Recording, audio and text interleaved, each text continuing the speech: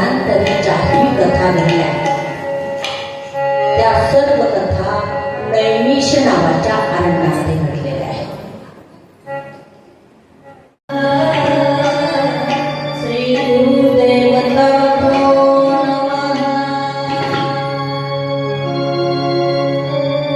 करारविंदेन पदारविंदं मुखारविंदेन विनवेशयन्तं वटस्य पत्रस्य कुपेशया पारकुंडं मनसा स्मरामि. अखिल कोटी ब्रह्मांड नायक भक्तांच्या कल्पतरू भक्त करुणा करुणामय भगवान बालकृष्ण प्रभू त्यांची वाङ्मय स्वरूपात हरिकथा यांच्या चरणी आपण कोटी कोटी वंदन करूया. त्याचप्रमाणे तुमच्या माझ्या सर्वांच्या हृदयामध्ये निवास करणारा माझा भगवान पंढरीश पांडुरंग परमात्मा त्याच्या चरणावरती सुद्धा माझे कोटी कोटी वंदन आहे. तसेच मुक्तमंत्री देवळी भगवान हनुमान जगद्गुरु श्री संत तुकोबाराय आदिशक्ती मुक्ताबाई श्री संत जनाबाई श्री संत बहिणाबाई शास्त्री ब्रह्मनाथ बाबा प्रेमवंती नामदेवराय श्री स्वामी समर्थ गजानन महाराज आदी सर्व साधू संतांच्या मांदियाला माझा साष्टांग प्रणिपात आहे. त्याचप्रमाणे ज्या जगन्मातेच्या धर्मदरबारामध्ये आपण या ठिकाणी हरिविजय यज्ञ ज्ञानयज्ञ महोत्सव जिच्या प्रांगणामध्ये आहे त्या आदिशक्ती जगज्जननीच्या कोटी चरणी कोटी कोटी वंदन आहे. तिच्या या धर्मदरबारामध्ये उपस्थित तुम्ही सर्व साधू संत ज्ञानवंत गुणवंत वयोवृद्ध तपोवंत सर्व लहान थोर श्रोत्यांच्या चरणी माझा साष्टांग प्रणिपात आहे. भगवान व्यासासह या व्यासपीठाला त्रिवार वंदन करून आजचं हे प्रथम दिवसीय कथासत्र या ठिकाणी संपन्न होत आहे. आज आमच्या कथा लेखनाचा पहिला दिवस आहे आणि प्रारंभ म्हटलाय थोडा इकडं तिकडं थोडं होतं धावपळीमध्ये. आयोजकांनी अतिशय सायासाने हे सर्व उभं करत असताना किती सायास पडतात हे वेगळं सांगायची गरज नाही. सर्व जणांना त्याचा अनुभव आहे. म्हणून ज्यांच्याद्वारे ह्या ज्ञानयज्ञ सोहळ्याचं आयोजन आहे त्या माझ्या आदरणीय परमसखी आम्ही गुरुभगिनी आहोत संगीताच्या नात्याने. त्यांचा आणि माझं शिक्षण एकाच गुरुकडे झालेलं आहे. सोबतच आमचा क्लासही असायचा. म्हणून आपल्या चिखली शहराच्या नामवंत म्हणायचं कुणाला काय विषय मोठा आहे तो अति श्रीमंत आहे तो नामवंत आहे का? ज्याचं वक्तृत्व चांगलं आहे तो नामवंत आहे का? ज्याला खूप सारे लोक ओळखतात तो नामवंत आहे का? नामवंत तो आहे ज्याचं कर्तृत्व आणि वक्तृत्व दोन्हीचं संधान त्याला साधता येतं, त्याला नामवंत म्हणतात. त्यांची गोविंदी वाणी प्रत्येकाच्या अंतःकरणामध्ये घर करते. आपण सर्वांनी तिचा आणि श्रवणाचा योग आम्हालाही मध्ये मध्ये आलाय. म्हणून त्यांच्यासारख्या पुढे माझ्यासारख्याने बोलू नये पण सामान्य गोष्ट आहे. इथे देवाची वार्ता आहे नाही का? म्हणून अशा सर्वांच्याच लाडक्या सर्वांच्या हृदयस्थानी ज्यांचं स्थान आहे अशा परम आदरणीय ऋषालीताईजी बोंद्रे यांच्या त्यांचा संबंध हिरकणी महिला तर्फे हिरकणी बँड तर्फे सुंदरसं आयोजन आणि सुंदरसं पर्व आयोजन पुष्कळ होतात पण त्यासाठी विशेष पर्वाची आवश्यकता असते. साधना हा पर्व काळ माझ्या महाराजांनी साधता येत नाही. म्हणून आपल्याकडे मुहूर्त पाहण्याची पद्धती आहे. प्रत्येक कार्य करत असताना माणसं मुहूर्तावर करतात का? ते कार्य चांगलं व्हावं, निर्विघ्नपणे पार पडावं आणि त्याचा यथासांग जो सांगतेचा सोहळा आहे तो यथासांगपणे करता यावा, म्हणून प्रत्येक कार्यासाठी मुहूर्ताची गरज असते. पण त्याही पेक्षा चांगल्या योगावरती, पवित्र अशा योगावरती, म्हणून पर्वकाळ वेगळा, मुहूर्त वेगळा, हा श्रावणाचा महिना म्हणजे हा सर्व शिवभक्तांसाठी पर्वकाळ आहे. आता वास्तविक 1 महिन्यातच शिवाची भक्ती केल्यानंतर 11 महिने त्याच्याकडे पाहायचं नाही असं होतंय का? नाही.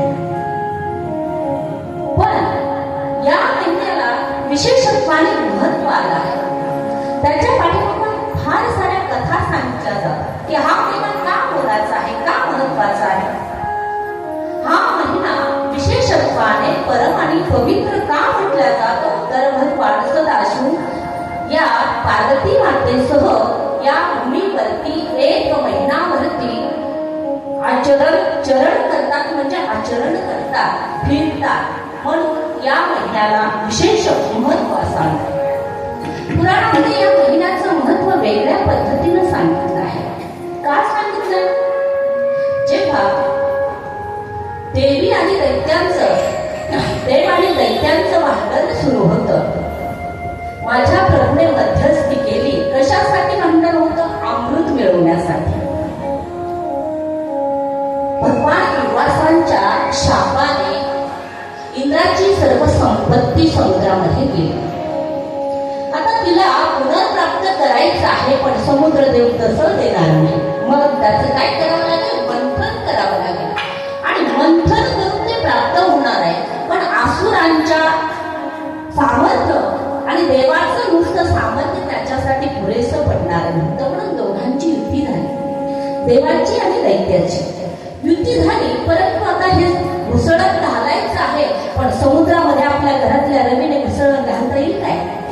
तुमच्या ताकाच्या रवीने, वरण आटायच्या रवीने? बरं जाऊ द्या, आणखी मोठ्या एखादा वृक्ष आणला त्याची रवी केली तर, आणि एखाद्या यंत्राची नाही.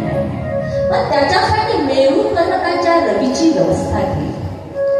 भगवंताने सांगितलं याच्यासाठी तुम्हाला मंथन करायचंय, पण त्याच्यासाठी रवीही तशी असावं लागणार आहे, कारण समुद्र घुसळायचा आहे.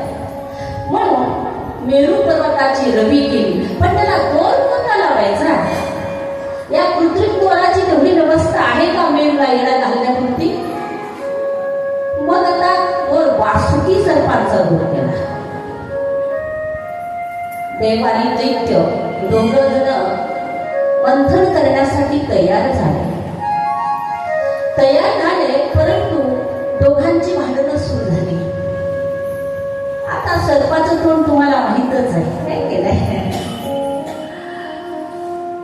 देव म्हणू लागले आम्हाला, कारण हा लाघवी असणारा परमात्मा, त्याची ही सगळी किमया आहे. त्यांनी सांगितलं देवांना की तुम्ही म्हणावं की आम्ही तोंडातून धरणार आहे, शेवटी अशुभ आहे. असं म्हटल्यानंतर देव म्हणतात की आम्ही तोंडातून धरणार आहे, मुख शुभ आहे, सर्व शरीरामध्ये मुख शुभ आहे, आणि म्हणून मस्तक आपण चरणावर टेकवतो, ना की सर्व अंग टेकत नाही. जेव्हा अष्टांग टेकवतात तेव्हा 8 अंगांचा विचार येतो, पण जेव्हा नुसता नमस्कार करतो तेव्हा मुखावर असणार आपलं पहाड आणि त्याच्याने नमस्कार माणसाला केला जातो. पण मुख हे शरीरावरती प्रधान आहे. मग असं असताना देवाने आग्रह केला की बाबा आम्हाला मुखाकडून धरायचंय. आता दैत्यांना वाटलं हे देव मोठे चतुर आहे, आपल्याला अशुभ शक्ती आपल्या हातामध्ये देतील आणि आपल्याला ते जिंकता येणार नाही, अमृत हेच देतील, आपण त्याच्यापासून वंचित राहू. म्हणून काय करावं लागेल? दैत्यही आग्रह करायला लागले. नाही म्हणू लागले आम्हाला धरायचंय तोंडाकडून. देव म्हणू लागले नाही आम्हाला धरायचंय तोंडाकडून. जेव्हा चरमशिमेपर्यंत दोघांचं वाद चालला तेव्हा देवाने संकेत केला महाशक्ती करून कुणाला? देवांना. परिणामी दैत्यांनी तोंडाकडून धरलं आणि मग घुसळण सुरू झालं. त्याच्यातून 14 रत्न आधी पुष्कळ विचार भागवतांनी त्याचा केला आहे. श्रावण महिन्याचा विचार आपण करत आहोत. त्या लक्ष्मी निघाली, मदिरा निघाली, विष निघालं. आणि जेव्हा प्रथम उसळताना अमृताच्या पहिलं विष निघालं तेव्हा आता सर्वजण विष कसं निघालं? पापाची जी गरज होती त्याच्या पोटाला ते हे पडू लागला, पीठ पडू लागला आणि तो पोटावर गरड ओढू लागला. सर्व दैत्य वाहताना लागले. सगळ्या समुद्रावरती विषाचा तरंग आला. माता विष बाजूला केल्याशिवाय बाकीच्या गोष्टी प्राप्त होणार नाही. माता हे विष बाजूला करून प्यायचं कुणी? त्याला संपवायचं कुणी? अगस्तीने एका घोटामध्ये समुद्र प्राशन केला. अगस्ती विषासह प्राशन करणार नाही का? अगस्तीला मरायचंय का? म्हणून मग आता कुणाला बोलवायचं? मग सर्वजण भगवान भोलेनाथाची प्रार्थना करतात. आणि सगळ्यात भोळं दैवत लवकर प्रसन्न होणार कोणतं आहे म्हणाल तर सबदैवंतादेव महादेव. म्हणून प्राशनी केल्यानंतर विषाचा तो प्रभाव आहे. सर्व अंगाचा दहा व्हायला लागला. भोलेनाथ इकडे तिकडे सैरा वैरा करायला लागले. अंगाचा दहा थांबायला तयार नाही. मग अनेकांनी अनेक प्रयोग करून पाहिले. त्याच्यामध्ये इंद्राने वर्षा ऋतू असल्यामुळे या श्रावण मासामध्ये अधिक जलवर्षा भोलेनाथाच्या अंगावरती केली का विषाचा दाह कमी व्हावा. म्हणून भोलेनाथांनी इंद्रावरती प्रसन्न झाले आणि या महिन्याला विशेष बल दिला की या महिन्यामध्ये कुणी माझी जो उपासना करेल त्याला इतर वेळी केलेली उपासना आणि श्रावणामध्ये केलेल्या उपासनेच्या अनंत पटीने फळ प्राप्त होणार आहे. ही एक कथा पुराणाने सांगितली. दुसरी कथा असे सांगितली आहे. मां पार्वती राजा दक्षाकडे प्रजापती पद आणि मद या दोन्हीचा अतिशय जवळचा संबंध आहे. पद कोणतंही असू द्या, साधं सासूचं पद जरी माणसाकडे त्याचा उन्माद माणसाच्या मनामध्ये निर्माण होतो. मग याच्याकडे प्रजा उत्पादनाचं कार्य आल्यामुळे ते पद आल्यामुळे हा अतिशय उन्मत्त झाला. त्याने त्या ठिकाणी एका यज्ञाचा आरंभ केला आणि यज्ञामध्ये सर्व देवी देवतांना पाचारण केलं. भागवतामध्ये फार सुंदर विचार याचा आला आहे. देवी देवतांना पाचारण केलं. त्याच्यामध्ये भोलेनाथही आहे. वास्तविक यज्ञ कंकण ज्याच्या हातामध्ये आहे. यज्ञ शाळेमध्ये सर्वजण बसलेले देवासोबत सर्वजण त्या ठिकाणी स्थानापन्न आहेत. जेव्हा दक्षाचं आगमन त्या यज्ञ शाळेमध्ये होतं तेव्हा सर्वजण उभे राहतात. पण भोलेनाथांना भाव समाधी लागली. आपल्या प्रियतम प्रभूचं नामस्मरण करताना कधी समाधीस्थ झाले कळाले नाही. डोळे बंद आहे. भजन करी महादेव. श्रीराम जय राम जय जय राम.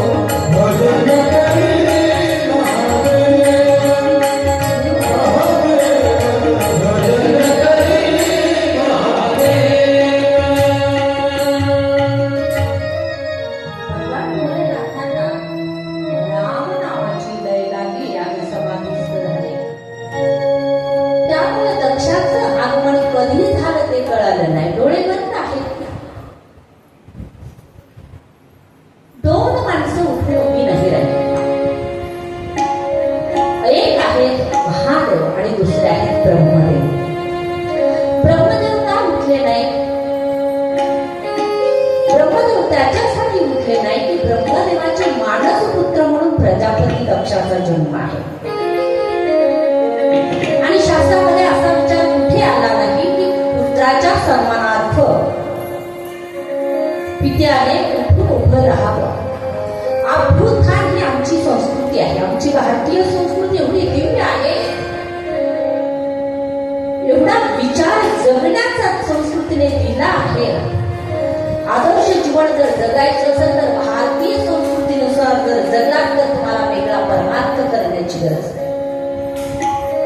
अभ्युत्थान संस्कृती, उठून उभं राहणं हे आमच्या संस्कृतीने शिकवलंय. कुणी मोठा माणूस जर येत असेल, बघता येत असेल तर आपलं कर्तव्य आहे की आपण उठून उभं राहून त्यांचा सन्मान करावा. म्हणून येण्याप्रमाणे दक्ष यज्ञशाळेत आले, परंतु सर्वजण उभी राहिली, पण मात्र ब्रह्मदेव आणि महादेव दोघे जण उभी राहिली नाही. दक्षाला ब्रह्मदेवाच्या संबंधानं काही वाटलं नाही, पण महादेवाचा मात्र राग आला. अधवा बोलायला लागला. अरे हो, तुला 4 चौघामध्ये कसा राहावा याचा शिष्टाचार कळत नाही. तू 4 माणसामध्ये बसण्याच्या लायकीच नाही. तू जा, तुझी वस्ती स्मशानामध्ये होईल. शाप देऊन टाकला. भोलेनाथ तिथून निघून आले. शहाणी माणसं बाहेर काय झालं ते घरात लवकर सांगत नाही. मैयाला सांगितलं नाही. पण आता महादेवाचा यज्ञ भाग द्यायचा नाही, पुन्हा यज्ञाचं आयोजन आहे. आणि आता मात्र जाणीवपूर्वक भोलेनाथांना निमंत्रण दिलं नाही. मग सर्व देवी देवता कैलासावरती तिथून त्यांची विमानं निघाली. नटून थटून सर्व देव स्त्रिया चालल्या आहेत. पार्वती बघू लागली, बाई हे विमान तर माझ्या वडिलांच्या राज्याकडे चाललंय, काही सोहळा तर नसेल, एखादा महोत्सवाचा आयोजन असेल का? आम्हाला सांगितलं नाही. ध्यान नसेल राहिलं, आठवण नसेल राहिली. इतक्यामध्ये नारदजीचं आगमन झालं. नारायण नारायण नारायण. मैया अजून घरीच का? नारदजी काय आहे, काय बरोबर आहे? तुम्हाला माहित नाही नारदजी? अहो, तुमच्या वडिलांकडे केवढ्या मोठ्या यज्ञाचं आयोजन आहे, तुम्हाला निमंत्रण नसेल राहिली आठवण. या देवी देवता सर्व तिकडे चालल्या आहेत. मैयाने भोलेनाथाकडे प्रार्थना केली, प्रभू माझ्या वडिलांच्या घरी यज्ञ महोत्सव आहे आणि सर्वात आणि त्या ठिकाणी ज्येष्ठ असल्यामुळे माझं जाणं अगत्याचं आहे आणि तुमचंही जाणं अगत्याचं आहे. तेव्हा आपण केलं पाहिजे. भोलेनाथ मौन आहे. माणसांना जर संमती द्यायची नसेल आणि बाईचा तालबिंदू द्यायचा नसेल तर माणसं मौन पाळतात. भोलेनाथ मौन आहे. पुन्हा पुन्हा विचारणा करतात, प्रभू जाऊया का आपण? भोलेनाथांनी एकदाच मौन तोडलं. बाई अगं, जिथं बोलवलं नाही, जिथे आपली गरज नाही तिथे माणसाने जाऊ नये. मग इथे फार शास्त्राचं वर्णन भोलेनाथांनी सांगितलं की बाई काही ठिकाणी माणसाने गेलं पाहिजे. मग पार्वतीने प्रश्न केला की प्रभू कोणत्या ठिकाणी माणसाने केलं पाहिजे? म्हणाले जिथे हरिकथा आहे, जिथे कीर्तन आहे, जिथे परमार्थिक कार्य आहे, अशा ठिकाणी माणसाने बोलवण्याची वाट पाहू नये, तिथे गेलं पाहिजे. कुठे जाऊ नये? जिथे भांडण चालू आहे. तुमच्याकडून भांडणाचा न्याय निवाडा होत असेल तरच तुम्ही त्या ठिकाणी गेलेलं बरं. नुसतं त्यांच्या दोघींचा किती आणि त्या ठिकाणी भांडणामध्ये कोणत्या सीमेवर भांडण जातं ते पाहण्यासाठी जर जायचं असेल तर जाऊ नये. आणि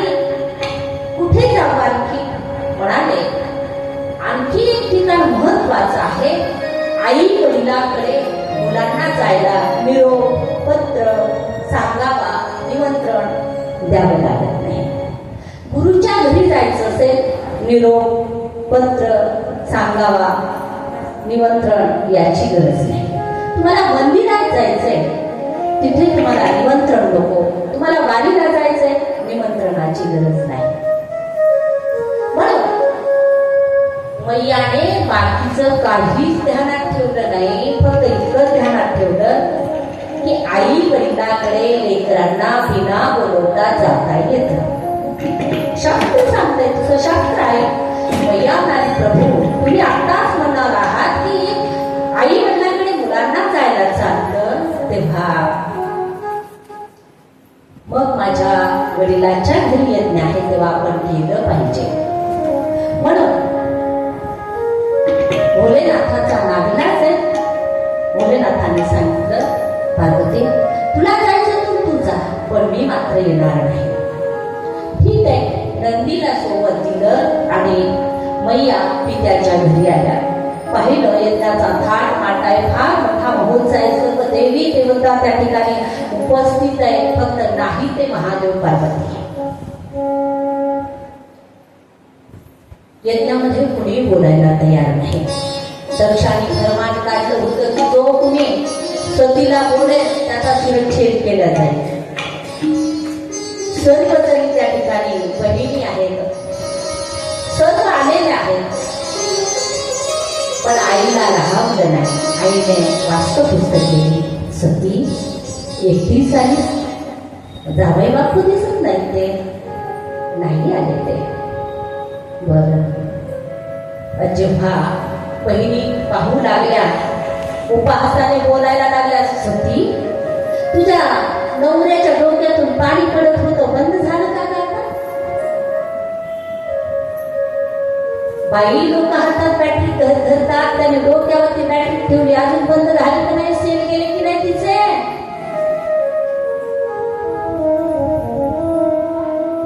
आणि त्याने अंगाला तो राग लावतो.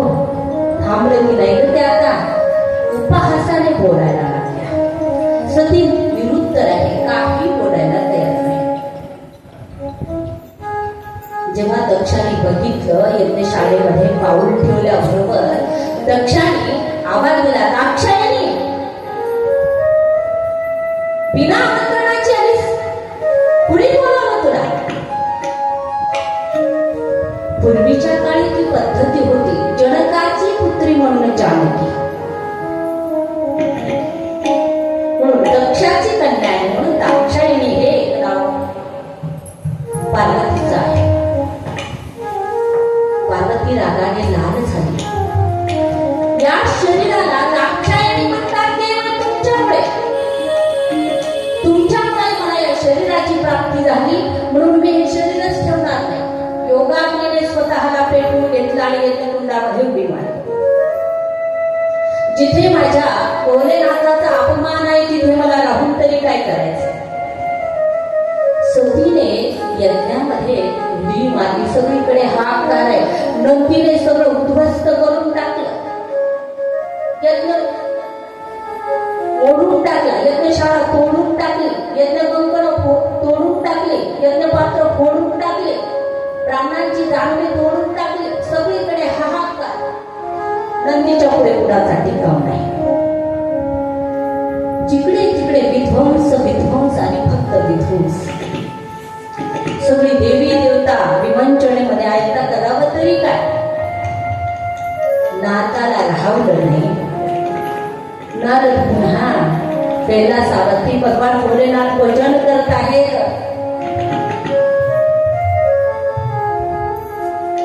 नारदांनी दुरूनच आवाज दिला ओ प्रभू जळो तुमचं भजन. संसाराला राख लागली तिकडे. काय झालं? सतीने उडी घेतली यज्ञामध्ये. भोलेनाथांना राग आला. डोक्यावरचा एक केस उपटला आणि वीरभद्राची निर्मिती केली. विस्तारित कथा आहे. आपल्याला एवढं विस्तारानं बघायचं नाही. श्रावणाचं महत्व तेवढं सांगायचं आहे, आपल्याला पुढे जायचंय. म्हणून वीरभद्राने हात जोडून समोर उभा राहिल्यानंतर विचारलं, प्रभू मला कशासाठी निर्माण केलं आहे? तेव्हा त्यांनी सांगितलं, भगवंताने सांगितलं की तुला सतीने यज्ञामध्ये उडी घेतली आहे, तिथे जाऊन सर्व नाश करून यायचंय, दक्षाला सुद्धा जिवंत ठेवायचं नाही. वीरभद्र निघाला. जाऊन होतं नव्हतं ते कुणाचे चिल्लक राहिलं होतं नंदीच्या हाताने ते सर्व आणि त्या ठिकाणी त्याचा विध्वंस करून टाकला. दक्ष पळायला लागला. पळता पळता दक्षाला घडलं तसं त्याचं मुंडकं पिरगळलं आणि धडाच्या वेगळं करून टाकलं. जिकडे तिकडे हाहाकार. देवांना सर्वात जास्त दुःख पार्वतीच्या आणि त्या ठिकाणी यज्ञकुंडाकुंडी घेण्याचं झालं नाही, पण दक्षाच्या मरणाचं झालं. का बरं?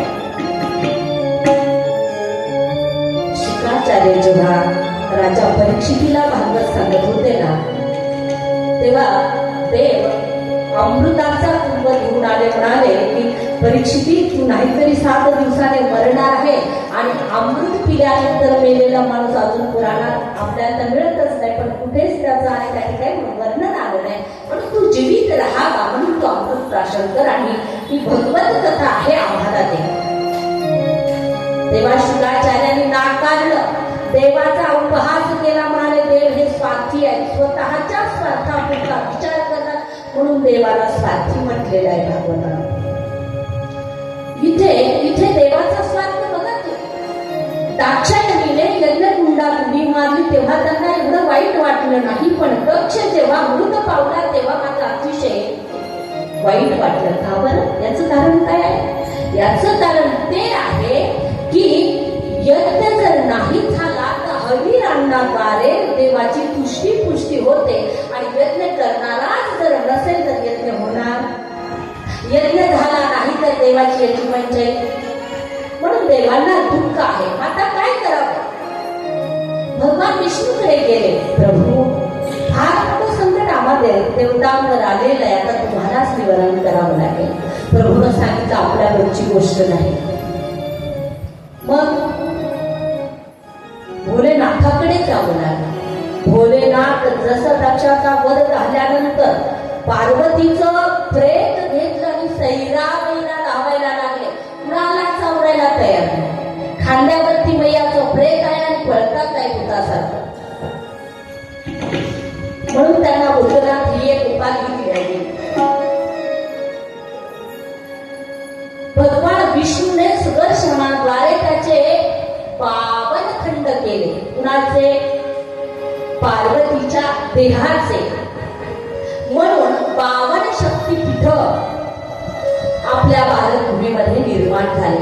जिथे जिथे मैयाचं जे जे अंग पडलं त्या अंगाची विशेषत्वाने पूजा करून त्या शक्तीपीठाची महती सांगितल्या जाते. कामाख्या ठिकाणी योनी विसर्जित झाली म्हणून तिथे तिची पूजा होते. असं विविध अंगाची पूजा करण्यात वेगवेगळ्या शक्तीपीठाचं वेगवेगळं महत्व सांगितलं आहे. सर्व देव त्या ठिकाणी भोलेनाथाची प्रार्थना करायला लागले. भोलेनाथासारखं शांत आणि निर्वैर दैवत